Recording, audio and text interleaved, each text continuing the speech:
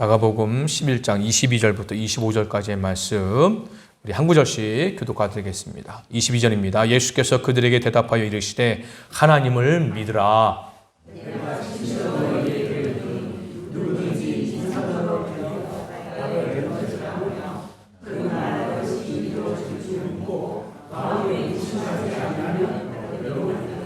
그러므로 내가 너희에게 말하노니 무엇이든지 기도하고 구하는 것은 받은 줄로 믿으라. 그리하면 너희에게 그대로 되리라. 기도할 때에 아무에게나 혐의가 있거든 용서하라. 그리하여야 하늘에 계신 너희 아버지께서도 너희 허물을 사하여 주시리라 하니라. 아멘. 이는 하나님의 말씀입니다. 이 오늘의 이 말씀은요, 지난주 말씀과 연결되는 말씀입니다. 이 말씀을 한 번에 다 전하기에는 시간이 많이 좀 소요가 돼서 좀 반 정도 나눠서 같이 이어서 말씀을 나누도록 하겠습니다. 지난주 말씀 기억하십니까? 우리 예수님께서 베다니에서 예루살렘 들어가실 때에 무화과 나무 열매를 따 먹으려고 하셨는데 열매가 없었죠. 그래서 앞으로는 너에게 사람이 이제 영원히 열매를 따먹지 못할 거다라고 말씀하셨습니다. 그리고 하루가 지나고 난 다음에 다시 베다니에서 예루살렘 들어가려고 하다 보니까 이 무화과 나무가 메말라 죽는 것을 목격하게 됐지요. 그러면 옆에 있던 베드로가 예수님, 이 무화과 나무가 말랐습니다 라고 했습니다. 근데 이 말씀을 제가 함께 나눌 때에 무화과 나무는 이스라엘을 상징한다. 이스라엘은 하나님께서 열매를 맺기를 원하셨는데 열매를 맺지 못하고 입만 무성한 그런 상태로 남아 있었다. 그래서 예수님께서는 이 무화과 나무의 이 마름을 보고 앞으로 예루살렘의 멸망을 말씀하신 거다라고 말씀드렸습니다. 그렇다면 그러면 우리가 이 말씀을 읽으면서 예수님께서 그럼 우리에게 원하시는 열매가 무엇인가라고 우리는 질문할 수 있죠. 그래서 그 얘기를 오늘부터 좀 하려고 합니다. 오늘 예수님께서는 베드로가 무화과 나무가 말랐습니다 라고 하는 말에 이렇게 말씀하십니다. 23절에 예수께서 그들은 제자들이죠. 대답하여 이르시되 하나님을 믿으라 라고 말씀하십니다. 근데 이 말씀을 딱 살펴보면 예수님의 말씀은 이 말라버린 무화과 나무와는 전혀 상관없는 이런 말씀으로 우리가 들리게 됩니다. 예수님께서는 분위기를 전환하시려고 갑자기 하나님을 믿으라 라는 말씀을 하신 걸까요? 이렇게 궁금증이 있게 됩니다. 하지만 그렇지 않습니다. 예수님께서는 제자들에게 단순하게 무화과 나무가 어떻게 해서 말랐는지를 설명하기보다 더 큰 그림으로 무화과 나무가 맺는 열매, 즉 이스라엘이 맺는 열매가 무엇인지를 말씀하시는 것입니다. 그러면서 하시는 말씀이 23절에 이렇게 말씀하시죠. 내가 진실로 너희에게 이르노니 누구든지 이 산더러 들리어 바다에 던져지라 하며 그 말하는 것이 이루어질 줄 믿고 마음에 의심하지 아니하면 그대로 되리라 라고 이렇게 말씀하십니다. 우리 성도님들 23절 말씀이 무슨 뜻일 것 같습니까? 예수님이 정말로 이 마른 무화과 나무와 이 관련 없는 전혀 다른 말씀을 하시는 걸까요? 참 이해하기 어렵습니다. 자, 다시 한번 또박또박 우리 23절 말씀 같이 한번 읽어볼까요? 천천히 읽어보겠습니다. 시작. 내가 진실로 너희에게 이르노니 누구든지 이 산더러 들리어 바다에 던져지라 하며 그 말하는 것이 이루어질 줄 믿고 마음에 의심하지 아니하면 그대로 되리라. 아멘. 내가 진실로라고 하는 것은 성경에 예수님께서 진실로 이 말을 쓰면은 강조하는 거거든요. 그러니까 예수님께서는 지금 이 말씀을 강조해서 그 제자들에게 말씀하고 있는 거죠. 자, 얼핏 이 말씀은 이렇게 들려요. 기도할 때 의심하지 말고 기도하라. 이런 생각이 듭니다. 그렇게 생각이 드십니까? 우리 성도님들께서는 이 말씀을 읽으시면서 이 말씀은 이런 뜻이다 라고 각자의 나름대로 생각하는 바가 있을 것입니다. 이 말씀을요, 곰곰이 생각해보면 세 가지 정도로 한번 생각을 해보겠습니다. 들어보시고 이게 맞는 것 같아. 몇 번이야? 한번 생각해 보시기 바랍니다. 자, 먼저 이 말씀을 문자 그대로 해석하는 거죠. 이렇습니다. 믿음만 있으면 산이 들려서 바다에 던져져라 이렇게 말하면 하나님께서 그대로 이루어 주신다라고 우리가 해석할 수 있다는 거죠. 자, 그러면 우리 한번 이 시간에 믿음으로 한번 외쳐볼까요? 자, 독자봉을 향해서 독자봉아 바다에 던져져라 하고 한번 외쳐볼까요? 어떻게 될 것 같습니까?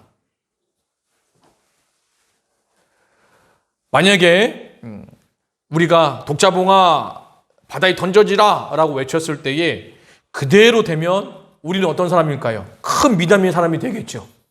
하지만 그대로 안 되면 어떨까요? 우리는 믿음이 없는 사람이 될 것입니다. 저는 그렇게 외치지 않을 겁니다. 왜요? 저의 믿음을 스스로 시험하고 싶지 않습니다. 안 될 거 뻔히 알기 때문에 독자봉아 외치지 않을 겁니다. 자, 이렇게 문자 그대로 해석하면은 뭐예요? 믿음만 있으면 우리가 말하는 대로 그대로 될 것이다. 우리는 그렇게 해석할 수가 있는 거죠. 자, 두 번째는 이렇게 해석합니다. 이제 비유로 해석하는 거죠. 예수님의 이 말씀은 큰 기적으로 해석하는 겁니다. 믿음을 가지고 있으면 산이 들려 바다에 던져지는 이런 종류의 커다란 기적이 어떻게 해요? 일어날 수 있다라고 하는 거죠. 우리 말씀 한 구절 볼까요? 마태복음 17장 20절 말씀입니다. 자, 이런 말씀이 있어요. 자, 이르시되 너희 믿음이 적은 까닭이라 진실로 너희에게 이르는, 진실로는 강조죠. 이게 뒤에 부분이 중요한 겁니다. 만일 너희에게 믿음이 겨자씨 한 알만큼만 있어도 이 산을 명하여 여기서 저기로 옮겨지라 하면 옮겨질 것이요 또 너희가 못할 것이 없으리라 라고 합니다. 이 말씀도 어떻게 해요? 우리가 읽었던 23절 말씀과 비슷한 말씀은 들립니다. 그러니까 이 말씀도 어떻게 해요? 문자적으로 해석하면 어떻게 해요? 큰 믿음이 그냥 저자씨만한 믿음이구나.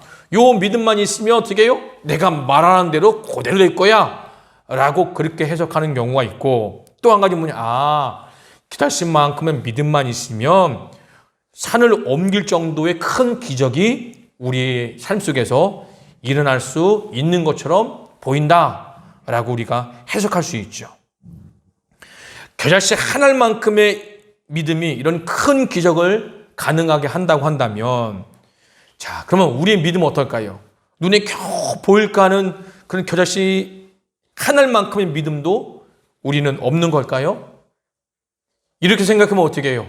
마음이 정말로 무겁습니다. 그렇죠. 그럼 어떻게 해요?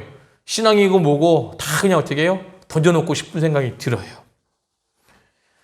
자, 세 번째는 조금 더 범위를 좁혀서 한번 해석해 보겠습니다. 자, 무화과 나무가 예수님 말씀처럼 마른 것을 제자들이 보았지요. 근데 베드로가 그러세요. 예수님, 말랐습니다. 이렇게 하면서 왜 이렇게 됐을까요? 묻고 싶은 의도로 예수님께 베드로가 질문했겠죠. 그런데 예수님은 뭐예요? 야, 그냥 네가 본 대로 의심하지 말고 믿어. 상식적으로 하루 만에 무화과 나무가 말라 죽는 경우는 없기 때문에 눈앞에 보이는 현실을 제자들 어떻게 믿을 수 없는 거죠. 그런 제자들에게 얘들아, 그냥 의심하지 말고 믿어. 그냥 믿으면 돼. 이런 얘기 많이 들어보셨죠? 우리도 과거에 신앙생활 하면서 우리 어떻게 해요? 의심하거나 뭐 이해가 안 되는 거 있으면 설명해 주기보다도 그냥 믿는 거야. 믿으면 돼. 그래야 믿음이 싹 커. 이렇게 막 이런 얘기 많이 들어보셨을 거예요. 그래서 예수님께 그런 의도로 제자들에게 말씀하시는 걸까? 우리는 이렇게 세 가지로 한번 생각해 보았습니다. 더 몇 가지가 있긴 하지만 여러 가지 많아 복잡하니까 이 세 가지 정도로 한번 생각해 보겠습니다. 자, 우리 성도님들께서는 이 세 가지 해석 중에서 어떤 게 가장 그럴싸한 해석이라고 생각이 드십니까? 저는 이 생각할 때에 세 가지 해석 다 부족하다고 생각이 듭니다.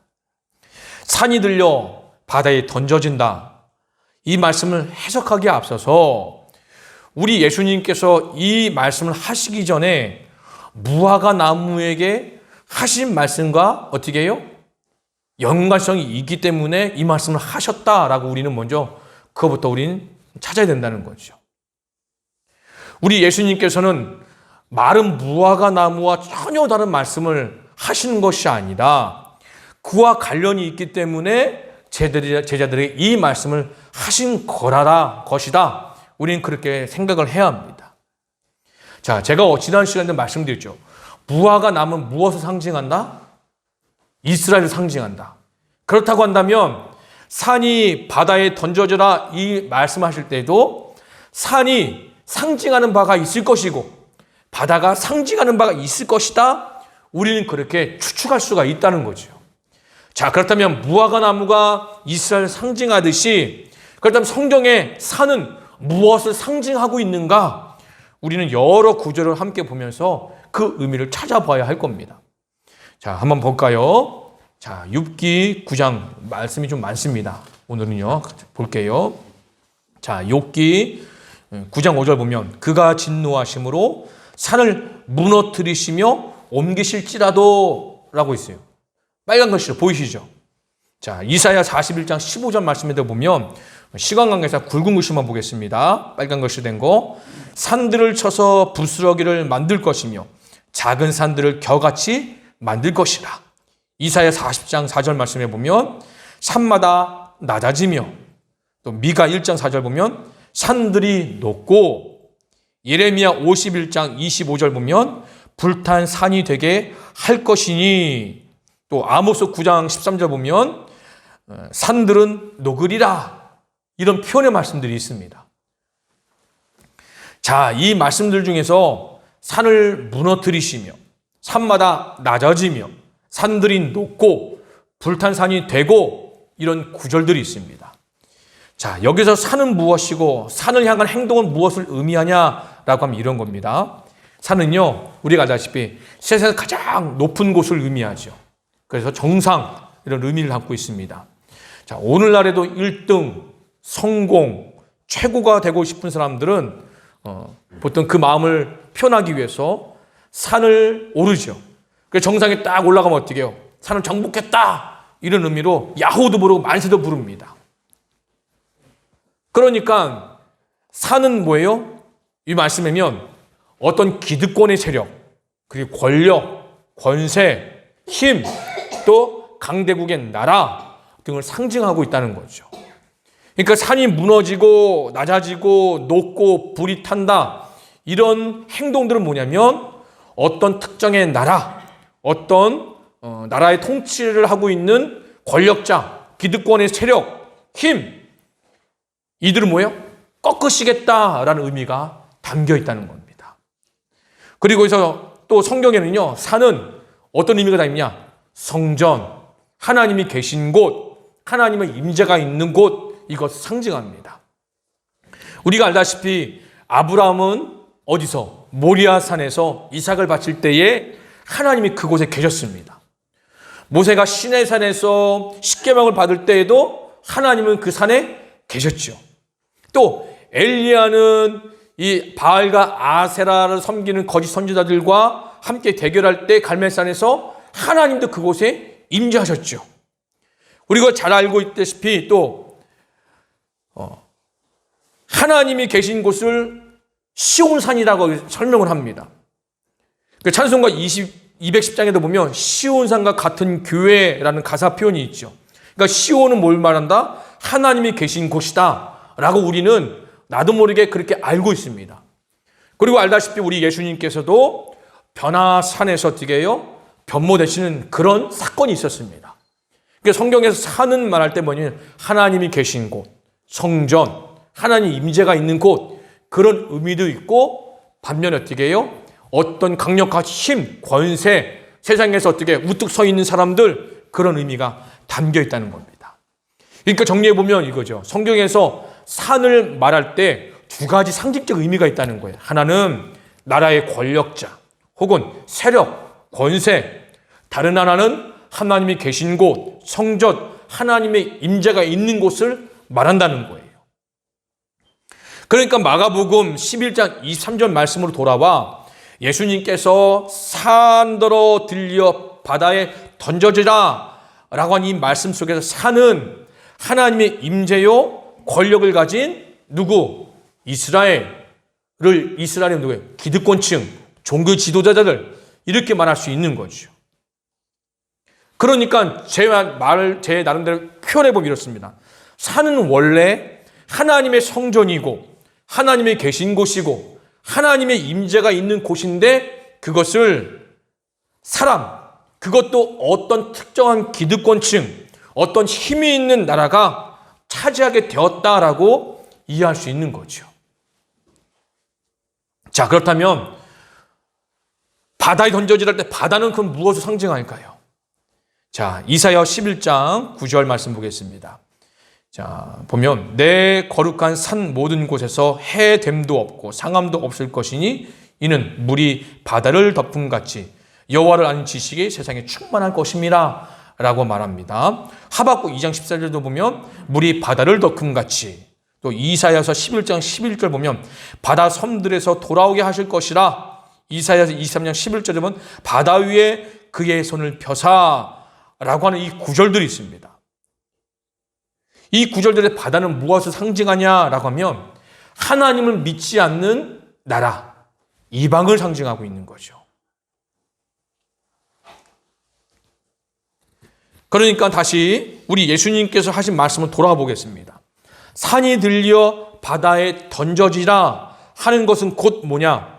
성전이요 하나님이 계시고 하나님의 임재가 있는 산을 열매 없는 누가? 이스라엘이 차지하고 있는데 이것이 어떻게 해요? 이방인에게도 옮겨지게 될 것이다 라고 하는 의미가 있다는 거죠. 그러니까 뭐예요? 산을 바다로 옮겨지게 되는 것은 하나님의 임재가 있는 곳을 어떻게 해요? 바꾸겠다는 거예요. 즉 하나님의 선택한 백성이라 선택받는 자들의 이동이라는 거죠. 우리가 알다시피 보면 이스라엘은 어떤 나라죠? 하나님이 선택한 백성입니다. 그들은 하나님은 자신들만의 우리만의 하나님이라고 여겼죠. 그리고 아브라함처럼 할례를 받아야지만 구원을 받는다라고 여겼습니다. 쉽게 말하면 이거죠. 열매 없고 입만 무성하더라도 우리는 구원은 따놓은 당상이다라고 여겼던 거죠. 근데 하나님은 그런 하나님이 아니시죠. 하나님이 원하시는 건 무엇입니까? 하나님을 믿고 하나님 말씀에 순종하고 그 말씀 따라 살아가는 것을 원하셨어요. 그런데 하나님은 우리의 구원을 위해서 이 땅에 예수 그리스도를 보내주셨는데 성경의 구약에서 여러 번 계시된 메시아가 이 땅에 오셨음에도 불구하고 이스라엘은 자신의 기득권을 놓지 않고자 어떻게 해요? 예수 그리스도를 배척하고 죽이기까지 했다는 겁니다. 그러니까 하나님을 믿는 믿음이 없는 거죠. 도리어 입만 무성했다는 거죠.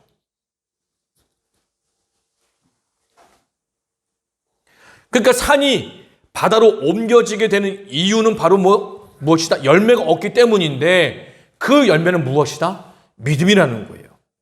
즉 하나님의 임재, 하나님이 계신 곳은 어느 곳으로? 믿음이 있는 곳으로 옮겨지게 된다는 거죠. 하나님을 믿지 않는 이방인일지라도 하나님이 선택한 이스라엘일지라도 그 이스라엘에 믿음이 없으면 하나님이 선택하지 않는 이방일지라도 그곳에 믿음이 있으면 믿음이 있는 곳으로 하나님의 영광이 어떻게 해요? 글로 가시겠다라고 하는 말씀입니다. 어렵죠? 쉽게 설명해 보겠습니다. 이거를 설명하기도 고민을 많이 했는데요. 자, 열왕기상 9장에 보면 솔로몬의 성전 봉헌식의 말씀이 있습니다. 이 봉헌식에 보면 이런 말씀이 있어요. 자, 3절부터 9장 3절부터 쭉 보겠습니다. 자, 시간 관계상 보면 굵은것이 보겠습니다. 나는 내가 건축한 이 성전을 거룩하게 구별하여 내 이름을 영원히 그곳에 두며 내 눈길과 내 마음이 항상 거기에 있겠다라고 말했습니다. 그러니까 솔로몬이 성전한 이 건축한 성전에 하나님의 눈과 마음이 있겠다라고 하셨어요. 그런데 문제가 뭐냐? 이런 말씀합니다. 자, 6절에 보면 만일 너희나 너희 자손이 아주 돌아서서 나를 따르지 아니하며 내가 너희 앞에 둔 나의 계명과 법도를 지키지 아니하고 가서 다른 신을 섬겨 그것을 경배하며 내가 이스라엘을 내가 그들에게 준 땅에서 끊어버릴 것이요 내 이름을 위하여 내가 거룩하게 구별한 이 성전이라도 내 앞에서 던져 버리리니 이스라엘은 모든 민족 가운데 속담거리와 이야기거리가 될 것이며 이 성전이 높을지라도 지나가는 자마다 놀리며 비웃어 이르되 여호와께서 무슨 까닭으로 이 땅과 이 성전에 이같이 행하셨는고 라고 이렇게 한다는 말씀인 거예요. 결국 뭐예요? 성전에 하나님 눈과 마음이 있어요. 그런데 이 성전에서 예배드리고 이 성전을 향해서 기도하고 또 이 성전을 지은 이스라엘 백성들이 아무리 성전이 아름답고 멋일지라도 그 가운데 믿음 없이 하나님을 섬기지 않으면 어떻게 해요? 이 성전까지 어떻게 치워버리겠다 라고 하는 거죠. 그런데 어떻게 해요? 믿음이 있으면 어떻게 해요? 그 성전에서 오늘 본문 말씀에 없지만 이런 말씀이 있습니다. 역대하 7장 13절 16절 말씀에 이런 말씀이 있어요. 하나님이 눈과 마음이 이 성전에서 만약에 가뭄이 들어 그리고 병충해 때문에 토지 소산이 어떻게 해요? 흉년이 들었어요. 또 전염병이 있었어요. 그러면 어떻게 해요? 내 이름으로 일컫는 내 백성이 어떻게 해요? 그곳에서 하나님 앞에 기도를 하면 그 땅을 고치고 죄도 사하고 찾으면 얼굴을 보여주겠다라고 말씀합니다. 그러니까 하나님의 눈과 마음이 있는 그곳에서 기도하면 내가 눈을 들어 귀를 기울이다 이렇게 말씀하신 거죠. 그러니까 뭐예요? 아무리 이스라엘 백성이라고 할지라도 그 이스라엘 백성이 믿음을 가지고 하나님을 사랑하고 섬겨야지만 그들이 기도하면 어떻게 해요? 들어주신다면 들어주시겠다. 하지만 뭐예요? 아무리 내가 선택한 이스라엘 백성일지라도 믿음이 없고 하나님을 떠나 우상을 섬기면 그걸 어떻게 해요? 치워버리겠다. 그 자리에 누가 있겠다? 이방인이 있을 것이다. 라고 하는 그 말씀이라는 겁니다. 어떻게 이해가 되십니까? 자, 그러니까 뭐예요? 결국은 하나님의 영광은 어느 곳에 있다? 믿음의 열매를 맺는 그곳에 있겠다는 겁니다. 그래서 어떻게 해요? 믿음이 열매를 맺는 그곳에 하나님이 임재하고 하나님의 영광이 있는데 그곳에서 기도하고 구하는 것은 받은 줄로 믿으라 라고 말합니다. 근데 이 4절 말씀에 보면 이래요. 그러면 내가 너희에게 말하니 무엇이든지 라고 하죠. 무엇이든지. 하나님을 믿는 믿음의 열매를 맺는 사람들이 무엇이든 기도하고 구하는 것은 어떻게 해요? 하나님의 귀 기울여 듣고 응답해 주시겠다라는 거예요. 근데 여기서 우리가 한 가지 생각해 보는 것, 무엇이든지 이 함정을 우리가 잘 살펴봐야 된다는 겁니다. 결국 뭐예요? 믿음의 열매를 맺는 믿음의 사람들은 무엇이든지 구할 때에 어떻게 해요? 정욕으로 쓰려고 잘못 구하지 않아요. 믿음이 없는 사람이 어떻게 해요? 이것도 주고 저것도 주고 복 받고 막 내가 어떻게 욕심으로 갖고 싶은 것들 다 기도하겠죠. 그런데 하나님을 정말 믿는 사람들은 기도는 뭐예요? 그렇게 기도하지 않습니다. 내 욕심으로 구하지 않아요. 정욕으로 써 구하지 않아요. 어떻게 구합니까? 야고보서 5장 15절 이렇게 말하면 믿음의 기도는 병든 자를 구원하리니 주께서 그를 일으키시리라. 혹시 죄를 범하였을지라도 사하심을 받으리라. 이런 믿음의 기도를 하게 된다는 거죠. 그러면 이겁니다. 내가 믿음의 열매를 맺었는지 어떻게 알 수 있을까요? 우리 귀한 성도님에게 묻고 싶습니다. 우리 성도님들 예수 그리스도 앞에서 믿음의 열매가 있으십니까? 성령 열매 믿음과 사랑과 화평과 오래 참음과 자비와 양선과 충성과 온유와 절제라고 말할 때 성령의 첫 번째 열매가 믿음이에요. 그 믿음의 열매는 이스라엘 백성이 맺지 못했기 때문에 어떻게 멸망하게 된 거죠. 어디로? 그래서 그 믿음의 열매가 이방으로 옮겨지게 돼서 하나님의 눈과 마음이 그곳에 계시는 거예요. 그래서 믿음이 있는 자들이 기도할 때에 하나님 어떻게 해요? 외면하지 않고 응답해 주시겠다고 말씀하고 있는 겁니다. 자, 그렇다면 우리 귀한 성도님들 믿음이 있으십니까? 산을 옮길 만한 그런 믿음이 아니고요. 그런 믿음이 아니라 예수님을 향한 믿음, 예수님께서 바라시는 그 믿음 있는지 어떻게 알 수 있을까요? 바로 25절입니다. 자, 25절 읽어볼게요. 자, 서서 기도할 때에 아무에게나 혐의가 있거든 용서하라. 그리하여야 하늘에 계신 너희 아버지께서도 너희 허물을 사하여 주시라 하시리라. 아니 무화과 나무 얘기하고 산 바다 뭐 기도 얘기하다 갑자기 25절에 엉뚱한 말씀을 하시는 것 같아요. 다른 말씀 하시는 것 같죠. 그런데 이것이 아닙니다. 서서 기도할 때 이것은 뭐냐면 단순히 그냥 서서 기도하는 것을 의미하는 것이 아니라 선다는 것은 뭐냐면 하나님의 임재 앞에 하나님의 이름을 높이고 내 마음이 하나님을 향한다라는 표현인 거죠. 그러니까 하나님의 임재가 있는 곳에서 하나님의 이름을 높이고 하나님을 향해서 내 마음이 어떻게 해요? 향하고 있을 때에 어떻게 해요? 그런 믿음의 자리에 있을 때에 갑자기 누가 생각나요? 내 마음에 억울함을 느끼고 내 마음에 어떻게 해요? 나에 향해서 배신을 했던 내 것을 해했던 그 사람이 있잖아요. 그러면 어떻게 해요? 용서를 하는 거예요. 다시 말하면 뭐예요? 믿음의 열매를 어떻게 할 수 있느냐? 내가 용서하고 싶지 않은 그 사람도 어떻게 해요?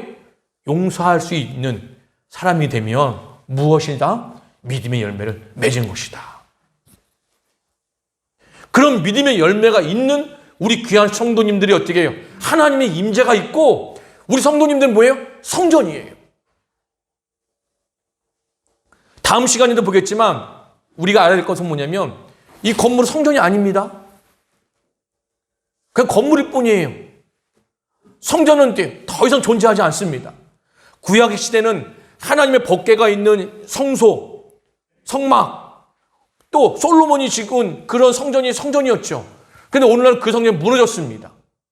눈에 보이는 성전은 없어요. 성전이 뭐냐? 예수 그리스도를 믿는 믿음의 사람이 성전인 거죠.